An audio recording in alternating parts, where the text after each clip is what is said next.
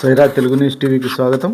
స్థానిక Shri Ramakrishna autonomous degree కళాశాలలో ఈరోజు కార్గిల్ విజయ్ దివస్ కార్యక్రమం జరిగింది. ఈ కార్యక్రమానికి ముఖ్య అతిథిగా 2వ పట్టణ police station circle inspector Shri Sheikh Ismail హాజరయ్యారు. ఎన్సీసీ క్యాండిడేట్స్ను ఉద్దేశించి మాట్లాడుతూ ప్రపంచవ్యాప్తంగా యువత ఎక్కువగా ఉన్న దేశం భారతదేశం కాబట్టి విద్యార్థులు ఎంతో అప్రమత్తంగా ఉండాలని, బాగా చదువుకుని సమాజానికి దేశానికి ఉపయోగపడాలని, మాదక ద్రవ్యాలకు మత్తు పదార్థాలకు దూరంగా ఉండాలని, అంతర్జాతీయ కుట్రలో భాగంగా భారతదేశం ఎదగకుండా అనేకమైనటువంటి శక్తులు పనిచేస్తున్నాయని ఎంతో అప్రమత్తంగా ఉండాలి. విద్యార్థులు క్రమశిక్షణతో నైతిక విలువలతో మెలగాలి. దేశ రక్షణలో సైనికుడు చేసిన త్యాగాలను గుర్తించాలి. ఎంతోమంది సైనికులు దేశం కోసం ప్రాణాలను త్యాగం చేశారు. ఇలాంటి కార్యక్రమాలు జరుగుతున్నప్పుడు విద్యార్థులకు ఆ విషయాలను మళ్ళీ ఒకసారి గుర్తు చేసుకోవాలి.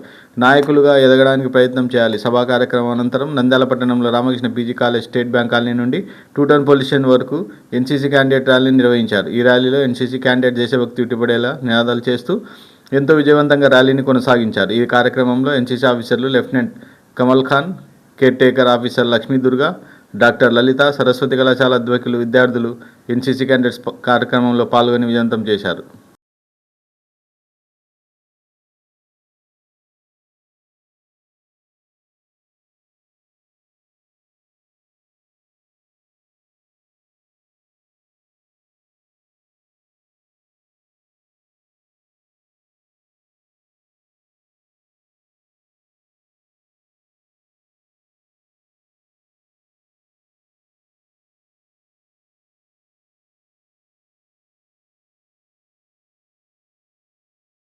Director Hemant sir and our chief guest Sheikh Ismail and cadets Goodman Prabhada.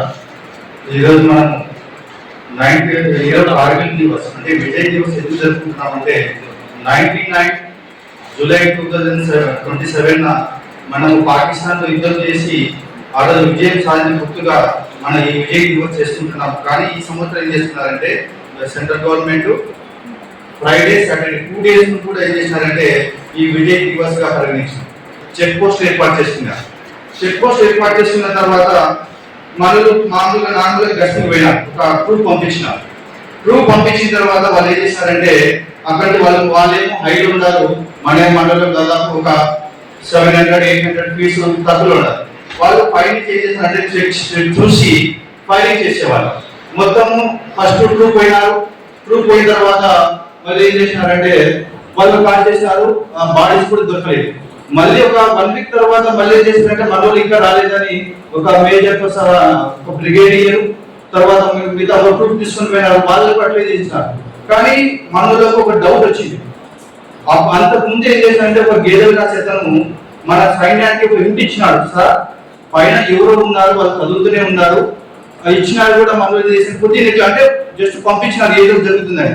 So అయిపోయిన తర్వాత ఏం చేశారంటే పోయిన తర్వాత కూడా మనలు ఒక 2-3 days తర్వాత చెక్ చేసిన పైన ఉన్నారని. అప్పుడు యుద్ధం స్టార్ట్ అయింది.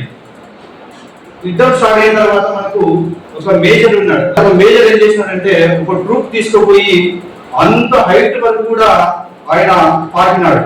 పాకిన తర్వాత కూడా మనకి ఏమైందంటే అతను కన్ఫర్మ్ చేసినాడు. సో వీళ్ళు ఆల్రెడీ అంత మొత్తం చెక్ పోస్ట్ ఏర్పాటు చేసుకున్నారు.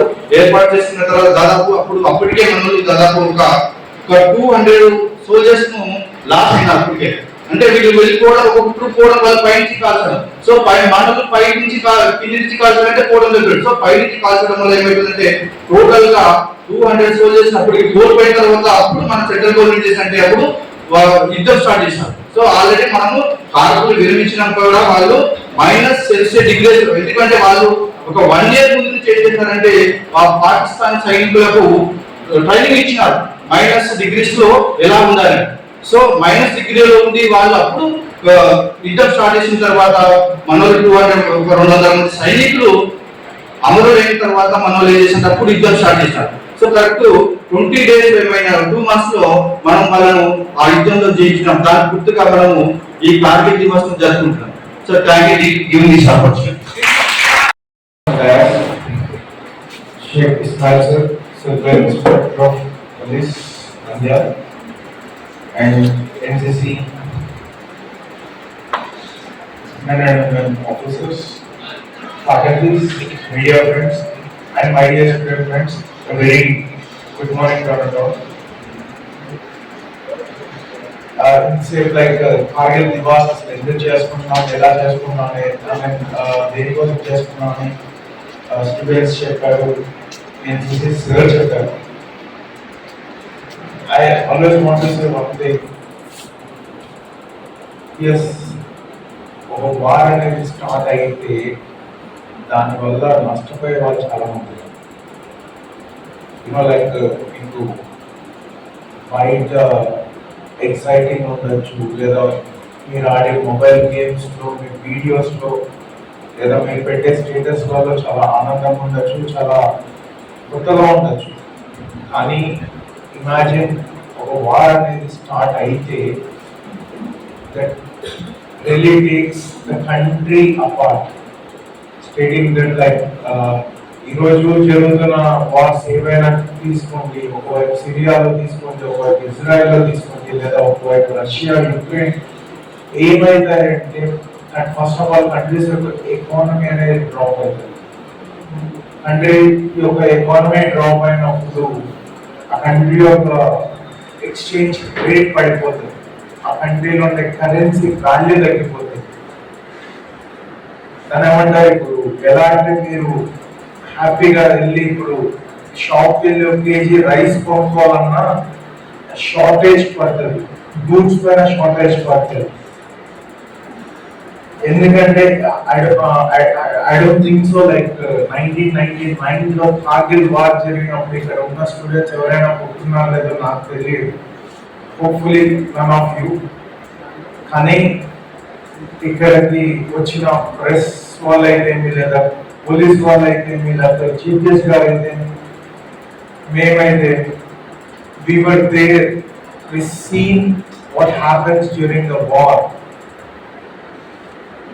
అందుకే ఆ జనరేషన్ వాళ్ళు చూసిన ఇండియా చేసిన లాస్ట్ వార్ ఏది అంటే Kargil war. But of course both countries have lost a lot. దాంట్లో ఇండియా చాలా పోగొట్టుకుంది, కానీ విజయాన్ని సాధించింది. కార్గిల్ వార్లో ఏదైతే ఇండియా పోగొట్టుకుందో దాన్ని ఏ రోజైనా తిరిగి సాధించాలని చెప్పి ఈ రోజుకి అదే పట్టుపైన ఉంది. కార్గిల్ వార్లో ఏం పోయిందో తెలుసా? Yes, we won the war. And do you know what we lost there?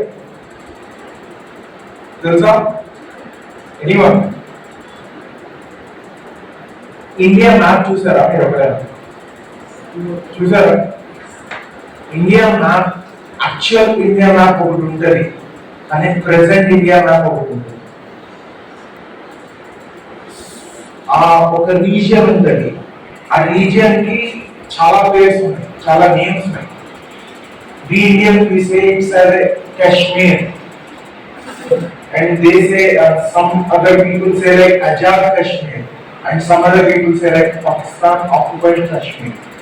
This so-called Pakistan occupied Kashmir and an area that undo, this is the area we lost in Kargil war. And of course, with the things we have, with the technologies we have, with the equipment we have, with the power of weapons we have, yes, India will take back the land in many of the time. But he has to believe in something like nothing comes without a loss. Even the victory over the Kargil war, it came with lots of soldiers and their sacrifices. No war happens in the world without a sacrifice. And today, as we hear, we have to salute to those heroes who fought for the country in the front lines, protecting the country. And also we have to salute all the people who are protecting till now. Recently, our country has undergone operation. Andar telsu kada? Telsa? Operation Sindoor. Yes. Of course, like there are some other people who cross the country and go enter into our lands and who had a brutal killing చేశారు. కానీ the most అవసరం part ఏంటంటే మన వాళ్ళు border దాటలేదు. We are sitting in our own seats, but we hit the birds, we hit the bases, we hit everything. ఇది ఎలా జరిగిందంటారు? ఇది ఎలా జరిగిందంటారు? Anyone?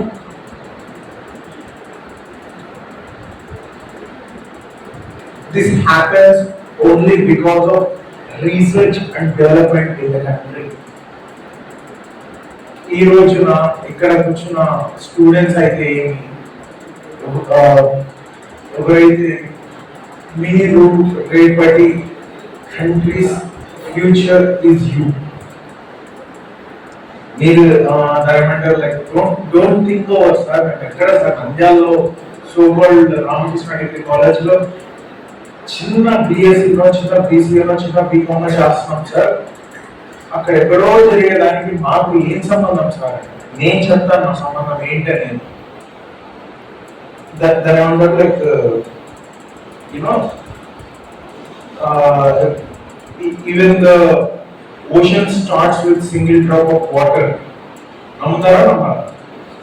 ద సేమ్ వే మీరు ఎక్కడ ఉన్నారు, ఏం చేస్తున్నారు, ఏం చదువుతున్నారు, ఏ ఊర్లో ఉన్నారు ఏంటి అనేది కాదు, కానీ మీ మైండ్ ఎంతవరకు పనిచేస్తుంది, మీరు ఆ మైండ్కి ఎంతవరకు పని చెప్పగలరు అనేది. మీరు ఇక్కడ చదువుకునే చదువు ఎంతవరకు దాన్ని యూజ్ చేసుకొని రేపు పొద్దున ఫ్యూచర్లో దాన్ని యూటిలైజ్ చేస్తారని ఇంపార్టెంట్. నేను ప్రౌడ్లీ సేయింగ్ లైక్ 2015-16లో నా దగ్గర డిగ్రీ చేసిన ఒక అబ్బాయికి ఇలాంటి MSCS BSc MSCS mathematics statistics computer science చేసిన ఒక స్టూడెంట్ ఈ రోజు బెంగళూరులో డిఆర్డిఓలో సో కాల్డ్ ఈ వెపన్స్ డెవలప్మెంట్ రీసెర్చ్ వింగ్ లో వర్క్ చేస్తున్నారు. ఇలాంటి స్టూడెంట్స్ ఇస్రోలో చేస్తున్నారు, ఇలాంటి స్టూడెంట్స్ ఇంకొక చోట చేస్తున్నారు, రీసెర్చ్ అండ్ డెవలప్మెంట్ లో చేస్తున్నారు. అండ్ ఈ రోజున ఎంతసేపు ఉన్నా స్టూడెంట్స్ యొక్క మైండ్స్ లో ఒక జాబ్ తెచ్చుకోవాలని ఉంది, ఒక గవర్నమెంట్ జాబ్ తెచ్చుకోవాలని ఉంది, కానీ మీరు ఎంతమంది మీ కెరీర్ మీ యొక్క రీసెర్చ్ కోసం కష్టపడాలనుకున్నారు? మీ యొక్క ఫ్యూచర్ ని రీసెర్చ్ కోసం వెళ్ళాలని అనుకుంటున్నారు చెప్పండి. అందరికీ శుభోదయం. గౌరవనీయులు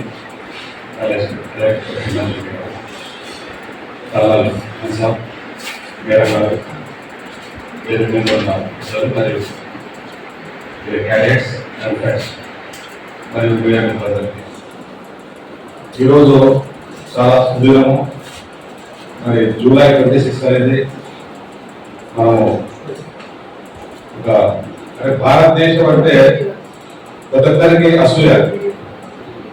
సువిధాన భారతదేశాన్ని సార్వభౌమత్వాన్ని దీన్ని ముఖముఖ చేయాలని చెప్పి కుట్రలు చేస్తున్నారు, కొంత సక్సెస్ అయినారు. అయితే అందులో భాగంగా మన రాయ దేశం అందులో ఎప్పుడు కూడా మన డెవలప్మెంట్ కానివ్వండి, మన సెక్యూరిటీ పరంగా కానివ్వండి, మన సార్వభౌమత్వం ఎప్పుడుగా క్వశ్చన్ చేస్తుందని మనం డిస్టర్బ్ చేస్తుంటారు. అందులో భాగంగా 1999 మే 3వ 30 డిగ్రీలు అంటే మనం బయటకు రాలేము. అక్కడ మైనస్ డిగ్రీలు ఉంటుంది. ఆ మైనస్ డిగ్రీల నుండి మన భారతదేశాన్ని శత్రువుల నుండి కాపాడుకునే బాధ్యత మన ఆర్మడ్ ఫోర్సెస్ మిలిటరీ వాళ్ళ మీద ఉంటుంది. శత్రువులు మే 23వ తారీఖున భారతదేశం అంటే వాళ్ళకి తెలియని వాళ్ళకి అనుకూలంగా ఉంటుంది మన దేశానికి రావడానికి వచ్చారు. వచ్చిన తర్వాత మంచి ఫైట్ జరిగింది. ఒక టైగర్ హిల్ అని చెప్పి అది దాదాపు సముద్ర మట్టానికి 17,000 మీటర్ల ఎత్తులో ఉంటుంది. అక్కడ శత్రువులు ఉన్నారు. యోగేంద్ర అని చెప్పి మనకు మిలిటరీ ఆఫీసర్ వారిని ఫైర్ చేస్తారు. అప్పటిదారి పరిస్థితుల్లో అవుట్ ఆఫ్ 18 మంది వాళ్ళు తప్పించుకొని సేఫ్టీగా ఉన్నారు. తర్వాత 7 మంది ఈ శత్రువులు వీళ్ళు చనిపోయారని చూద్దామని వస్తే వాళ్ళు ఫైర్ చేసి ఇది చేశారు. ఇలా చాలా మంది దాదాపుగా మన బార్డర్ని మన పార్టీల్ని ఆ యుద్ధం నుండి మనం మన భారతదేశాన్ని కాపాడాలనే క్రమంలో దాదాపుగా 527 మంది సైనికులు చనిపోయారు. మరి వారి పరాక్రమం, మిలిటరీ సైనికుల ఒక పరాక్రమం, మరి వాళ్ళ థ్యాంక్స్ చెప్పాలనే ఉద్దేశంతో కేంద్ర ప్రభుత్వం ప్రతి సంవత్సరం జూలై 26న విజయ్ దివస్ అని చెప్పి మనం చేసుకుంటున్నాము. వారి సాక్రిఫైసెస్ మనం గుర్తు చేసుకోవాలి. మేము 1996లో డైరెక్టర్ సబ్ ఇన్స్పెక్టర్స్ మా బ్యాచ్ నుండి, అంటే మనకు ఆంధ్రప్రదేశ్లో భారతదేశంలో కానీ లెఫ్ట్ వింగ్ ఎక్స్ట్రీమిజం అనేది బాగా ఉండేది. మీకు ఇప్పుడు తెలియదు కానీ చాలా ఎక్కువగా ఉండేది. మన డెవలప్మెంట్ మొత్తం కుట్టుబడేది. సో స్టేట్ గవర్నమెంట్, మన స్టేట్ గవర్నమెంట్ గ్రేవెన్స్ అని చెప్పి ఒక ఎలైట్ పోలీస్ ఫోర్స్ ట్యాకిల్ ఈ లెఫ్ట్ వింగ్ ఎక్స్ట్రీమిజాన్ని ఏర్పాటు చేసింది. మా బ్యాచ్ నుండి డైరెక్ట్ ఎస్ఐలకు కూడా ట్రైనింగ్ ఇచ్చి ఫీల్డ్ లో ట్రైనింగ్ పంపేవారు. So 9 months basic training, 3 months ఈ కమాండో ట్రైనింగ్ ఉంటుంది. రోజు అంటే 24 hours లో 20 hours ట్రైనింగ్ ఉంటుంది. ట్రైనింగ్, ఫీల్డ్ ఆపరేషన్స్ లైవ్ ఉంటాయి. అసలు ఈ వరంగల్ అడవుల్లో మేము ఈ కోవింగ్ చేసినప్పుడు 2 months చాలా, అంటే మామూలుగా కొత్త కాబట్టి భయము, మరి ఎక్స్పీరియన్స్ ల్యాండ్ మైన్స్, ఫ్లేమర్ మైన్స్, వాళ్ళ డామినేషన్ ఉన్న ప్లేసెస్ లో మనం ఆపరేట్ చేస్తున్నాం. సో ఇది ఇంత చిన్న దాంట్లో మనం ఇంత కష్టపడినప్పుడు మీరు ఊహించుకోండి. కాశ్మీర్ టెరైన్ చాలా టఫ్ ట్రైన్ అది. ఆ టెరైన్ మనం దాంట్లో మనం ఫైట్ చేయడం అంటే ఎంత హాయిగా చూడటం, మీరు ఒకసారి కంపేర్ చేసుకోవాలని చెప్పి కోరుతున్నాం. మనము for example Nandyal 2 police station ఉంది. ఒక 2 గ్రూప్, ఒక 10 మంది ఎప్పుడు రౌండ్ ద క్లాక్ మేము తిరుగుతూనే ఉంటాం. ప్రజల ధన మానవ ప్రాణాల లక్షణం కోసం తిరుగుతుంటాం. అలాగే మరి భారతదేశం చుట్టూ బిఎస్ఎఫ్ ఉంటుంది, నేవీ మరియు ఎయిర్ ఫోర్స్, మరి మిలిటరీ, ఇవన్నీ ఏంటి మనం ఏం జరుగుతుంది, మనం ఇంత సేఫ్టీ ఉన్నామంటే వారి ప్రతిరోజు పడే కష్టం కాబట్టి వాళ్ళని తప్పకుండా మనం గమనం చేసుకోవాలి. గవర్నమెంట్ చాలా మంచి ఆలోచనతో ఈ విజయ్ దివస్ జరపాలని చెప్పి చేశారు. అందరూ కూడా మనం దీంట్లో యాక్టివ్గా పార్టిసిపేట్ కావాలా. మన ఆర్మీ ఫోర్సెస్ యొక్క సాక్రిఫైసెస్ ని మనము ధైర్యశాస్త్రాన్ని మనం పబ్లిక్ ప్రపంచానికి చాలాల్సిన అవసరం ఏంటంటే, అలాగే భారతదేశం అంటే అందరికీ ఈశాన్య ఫ్యామిలీకి సార్ చెప్పారు. ఏమని సార్, ప్రపంచంలో ఉన్న అంటే మన భారతదేశ జనాభాలో 40% యువత జనాభా ఉన్న దేశం ఏదైనా ఉంది అంటే ప్రపంచంలో మనమే. సో ఈ జనాభా యూత్ ఉన్నారో వీళ్ళు డెవలప్ అవుతారు. సో వీళ్ళని ఎట్లయినా సరే వాళ్ళని దీవెన చేయాలా, అంటే ఒక మనిషి వెనుకను మరి యువత కూడా ఈ దేశానికి వెనుక యువతని మనము టార్గెట్ చేసి వాళ్ళు ఏదో ఒక వ్యసనం ద్వారా నిర్వీర్యం చేస్తే భారతదేశం డెవలప్ కావాలని చెప్పి కుటుంబంలో భాగంగా మరి 99లో ఎలాగైతే శత్రువులు మన దేశం మీదకి వచ్చారో, మిలిటరీ కానీ టెర్రరిస్ట్ కానీ ఎక్కువ వచ్చారో, అలాగే డ్రగ్స్ అని చెప్పి మాదక ద్రవ్యాలని చెప్పి మన దేశాన్ని సైలెంట్ గా పంపిస్తున్నారు. దాన్ని బాధపడుతున్నాము. మనందరి బాధ్యత మిలిటరీ చేస్తుంది, మన దేశాన్ని శత్రువుల నుండి కాపాడుతుంది. మనం ఏం చేయాలా? ఒక్క సబ్జెక్ట్ తీసుకున్నాము, డ్రగ్స్. సో ఇది అంతర్జాతీయ కుట్రది. దీన్ని మనం బలి కాకూడదు, మన భారతదేశం బలి కాకూడదు, మన యువత బలి కాకూడదు. కాకూడదంటే మనం ఏం చేయాలా? మేలుకోవాలి. Each one teach one. So drugs మేము 30 years కాకుండా దానికంటే ఇప్పటికీ చాలా ఇంపాక్ట్ ఉంది. ఎస్పెషల్లీ వాళ్ళ టార్గెట్ ఏంటంటే విద్యా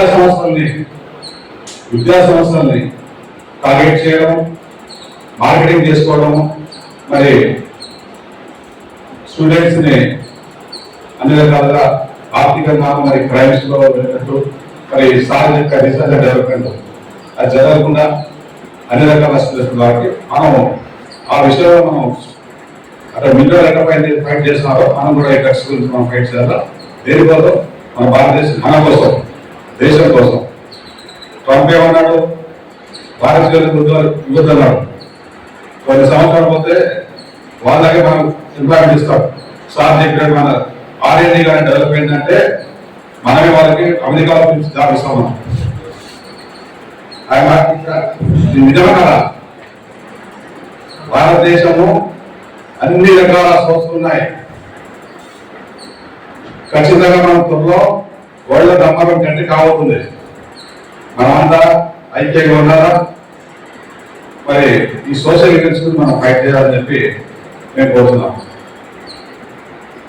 పోలీసు మా అబ్జర్వేషన్ ఏంటంటే స్టూడెంట్స్ ఎక్కువ వచ్చి ఎస్పెషల్లీ చాలా మంచి మంచి మెడికల్ కాలేజ్ కానివ్వండి తర్వాత ఇంజనీరింగ్ కాలేజ్ కాబట్టి యూత్ టార్గెట్ చేసి ఈ డ్రగ్స్ యూజ్ చేస్తున్నారు కాబట్టి దాని విషయంలో మనం అందరం జాగ్రత్తగా ఉండాలని చెప్పి కోరుతున్నాను ఈ అవకాశం ఇచ్చిన కాలేజ్ యాజమాన్యానికి మరి మీ అందరికీ పేరు పేరు తెలుసు జై హింద్ సత్యాన్ని లైక్ చేయండి, నీతిని షేర్ చేయండి. సైరా తెలుగు న్యూస్ టీవీని సబ్స్క్రైబ్ చేయండి.